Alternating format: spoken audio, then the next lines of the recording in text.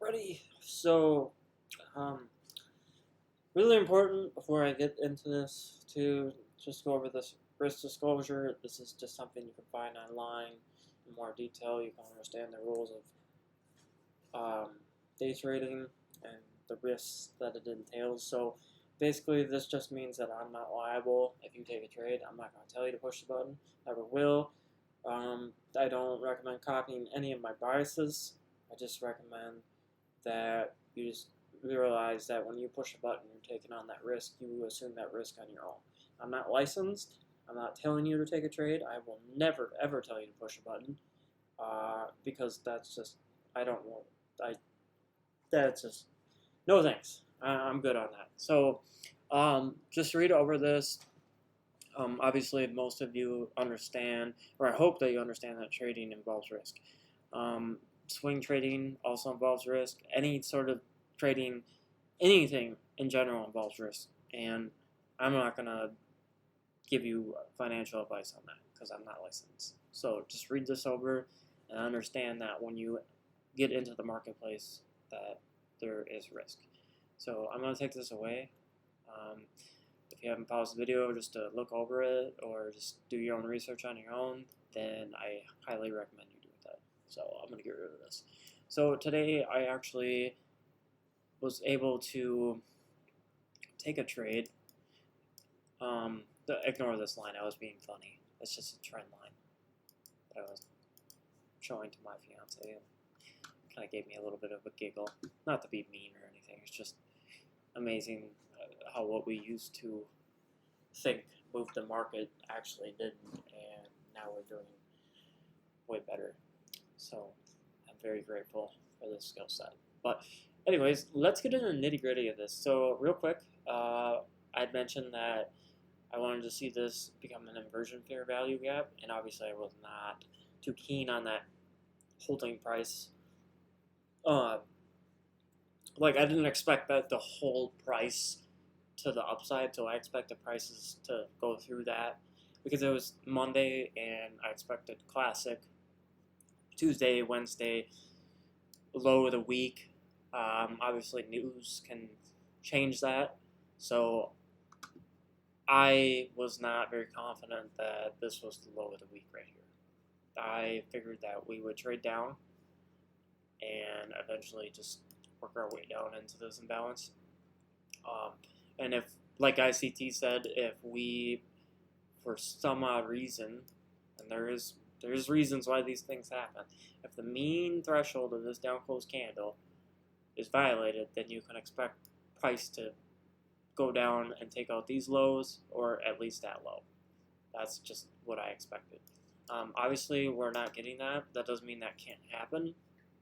I'm not suggesting that that is out of the picture, because next week we could come in and there could be buy stops below this week's low, and they may want to take it down there and grab those and accumulate more long positions inside of this weekly fair value gap that we have on a weekly chart. So right here, it's like right down here, candle passes through, this candle passes again, but does not come down and close in this imbalance.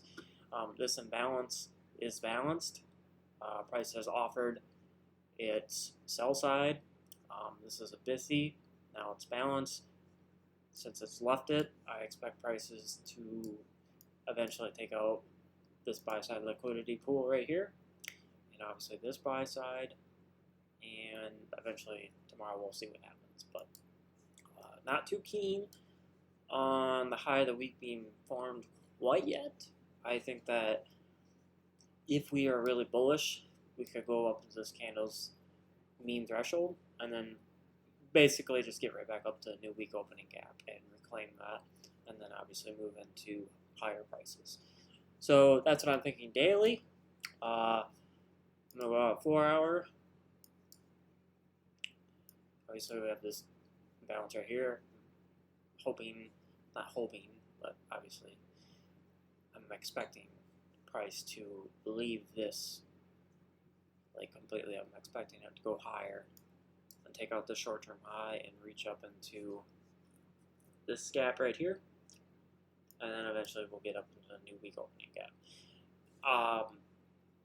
With today being, is it kind of, see, today was really like kind of like an indecisive day, but it really wasn't. It just seemed so indecisive. But with today being indecisive, in my opinion, I could anticipate, and I would not be surprised if we had a large range expansion day tomorrow and reached up into this imbalance. But I'm not putting my,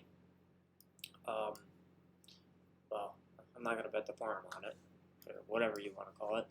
I just think that this could be an area of interest, and then obviously the new week opening gap. And then once we get past that, obviously we're going to seek buy stops above this, because it's kind of playing catch up with the NASDAQ right now. It's the same thing with the Dow. They're just all just kind of playing catch up, in my opinion. I can't comment on that because my experience with that is not on a level that could be reliable, in my opinion. Like, I just don't think that I'm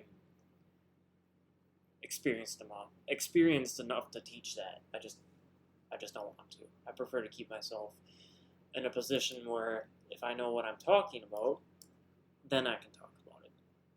And I mentioned quite a few times that I am completely okay with being wrong and being called out. If somebody wants to come on here and tell me I'm teaching it wrong, go for it. I'm down. Like, I'm open ears. But I actually was able to show a trade today, which was awesome. I'm not trying to do this to be egotistic or anything. I'm just trying to show you guys that this stuff does work for me, and it's more of a helping hand. I just want you guys to know that you're not alone.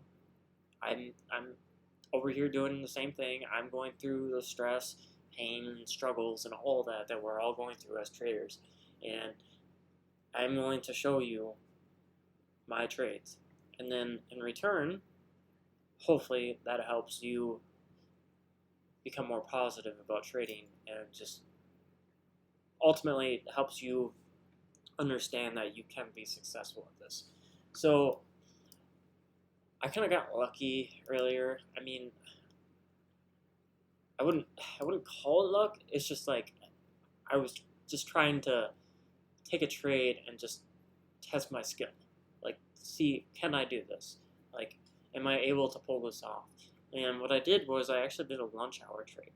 So I've noticed that he mentioned a couple of times where, oh, you don't lunch, and then he's trading lunch, And you know what? This guy knows what he's talking about. So if he comes up here and trades Asian session, that's like right now, if he came in here and be like, I'm trading, I know that he knows what he's doing.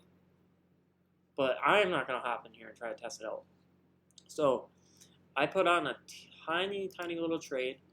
It was comfortable with the risk, and I just wanted to, just observe the price action. Like, I wanted to test my skill set out and see, can I take a trade here, and can I be successful and not just get all like out of hand and mentally just, I don't even know how to describe it. So this is why I call it luck, because I do not think that trading during the lunch hour is smart, in my opinion, because I've definitely tested it out with demo trading, and I can agree that ICT is definitely aware and knows what he's talking about when it comes to lunch hour, because you can get burned. And I've watched it consolidate, run stops, and then go back the other direction, run stops, and it just, nobody wants to go through that. So avoiding the lunch hour, definitely love that he teaches that. I'm so glad that he's my mentor and is able to keep you from putting yourself in that position. So this trade right here, I bought at 4.14925, and then I actually said, you know what, I'm gonna get out of this because I don't think I know what I'm doing yet. So I collapsed it, and obviously it panned out, like it went my direction, but I was waiting for those algorithmic macros to kick in. So I was waiting for those times a day. So right here, I don't recall where is my trade at? Yeah, okay, here. Let's do it this way. This is what I did here. Kind of spaced it out. So I ended up buying 2 contracts. So right here, I bought it during the lunch hour, which, like I said, I call it luck, even though I was sure I was going to be correct. I was confident, but I still call it luck. And I put on tiny risk. That way I didn't have to, be in a situation where I just lost, like, my butt.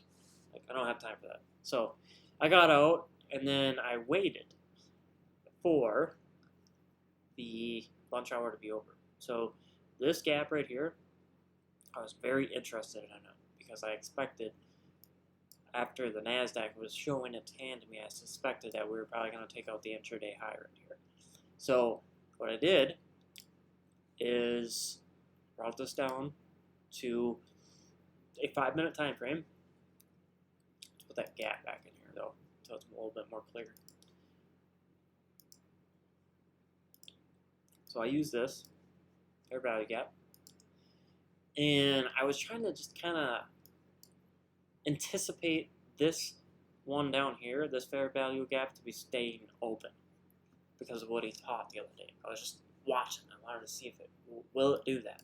Will it offer that? Will it not go below that? And it was just really interesting. So right in this gap right here, I accumulated long positions during the lunch hour,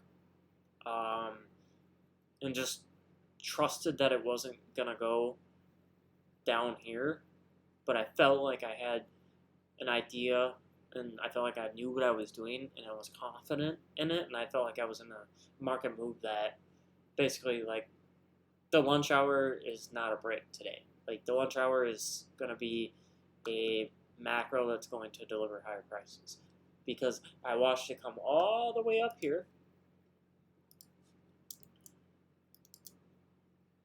right here. I watched it come all the way up here, but it didn't take out that high. So instead of taking that high out, it left it there.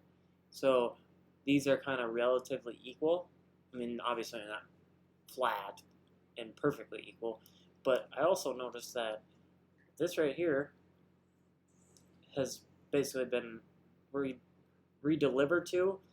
Obviously, it hasn't been completely balanced out until it left that area, and once I see it leave it here, and then come right back up and rebalance this, I figured, okay, it's rebalancing this, and then this candle is coming back and rebalancing this, kind of like how we taught.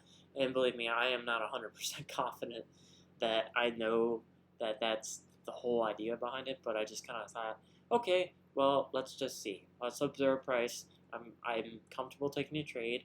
I'm on that level. Let's see what happens. Let's see if it actually stays open. Let's test the skill set out. Let's see if we could be correct. And instead of jumping up and down and getting all excited about it and thrilled, you just sit there and watch. You take your trade. If you lose, you lose. If you take a losing trade, you take a losing trade.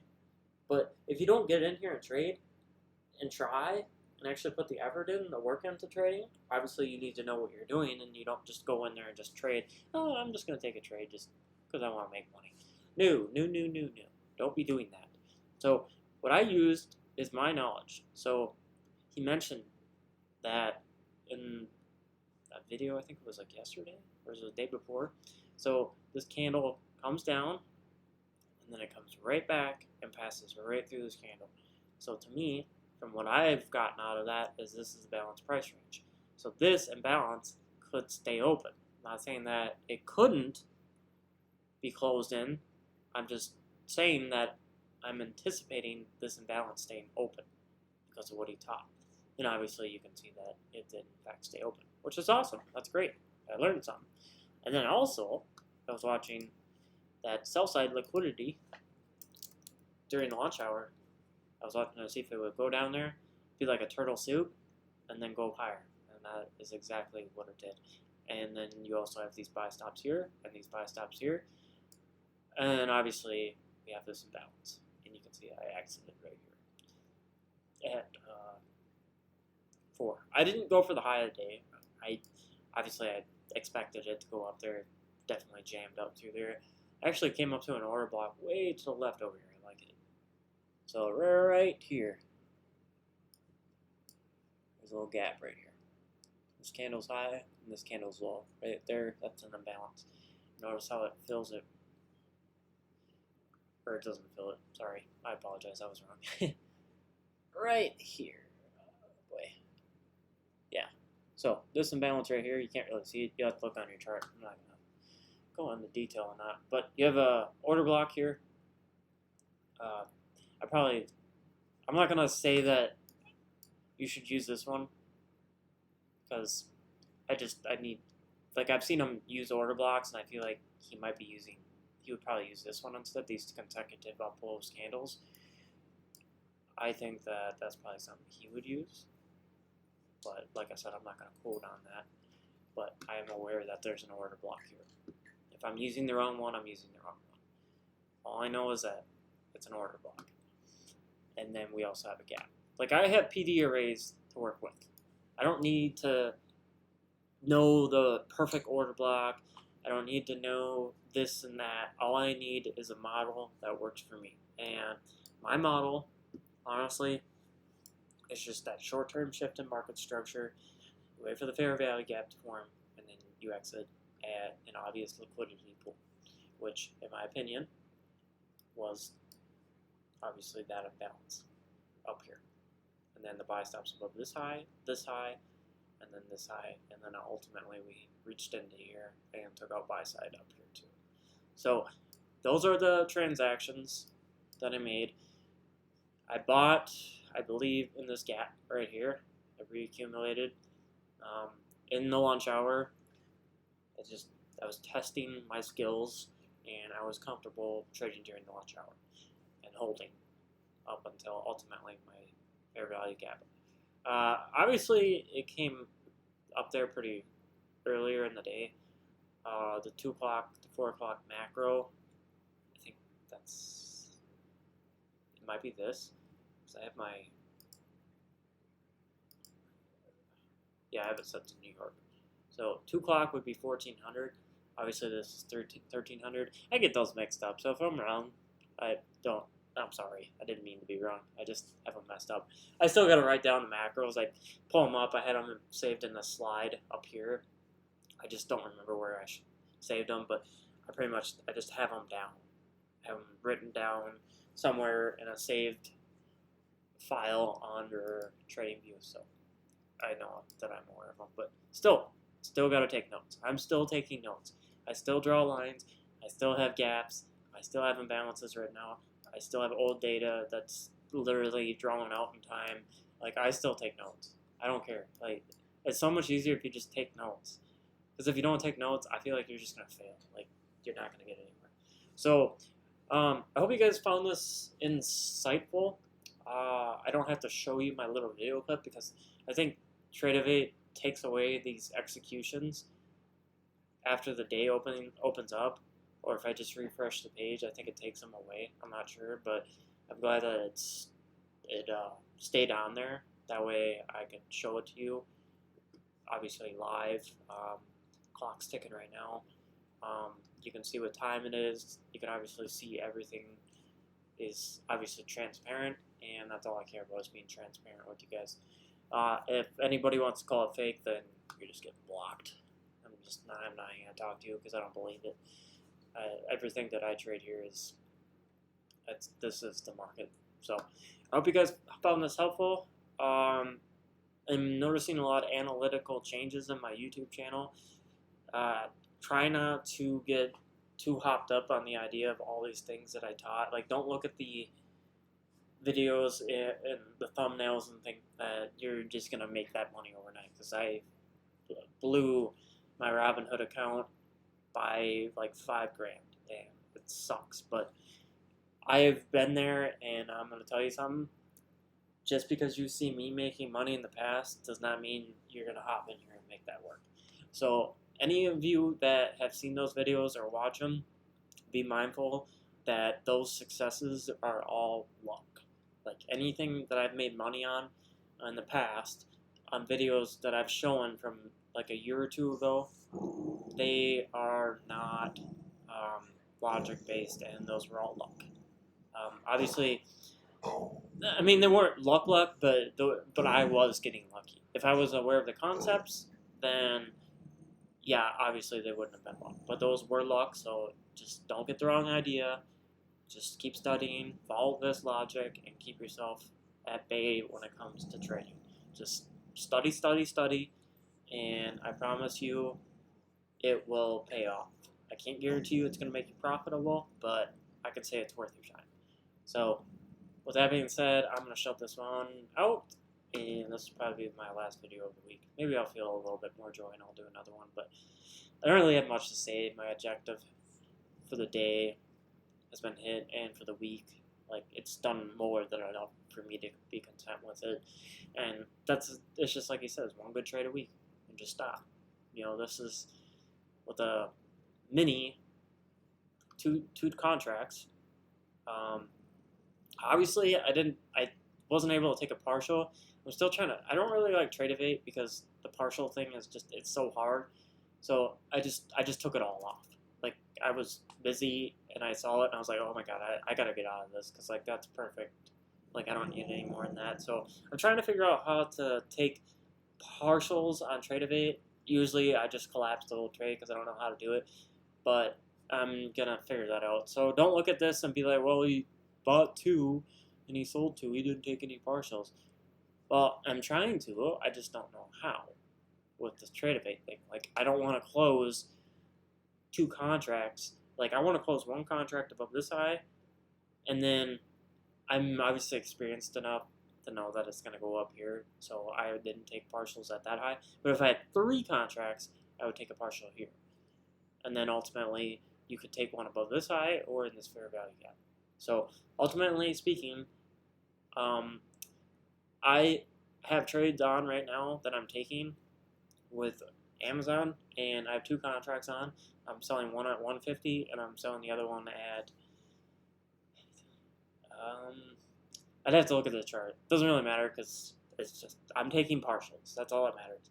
So if you are trading, you would take a partial here, a partial at the halfway point of this wick, a partial here, a partial here, a partial here, a partial here, and then up in this area, over to the left, you can find partials. But partials are required. You should always take partials because if it comes back on you, you're either break even or you didn't make any money.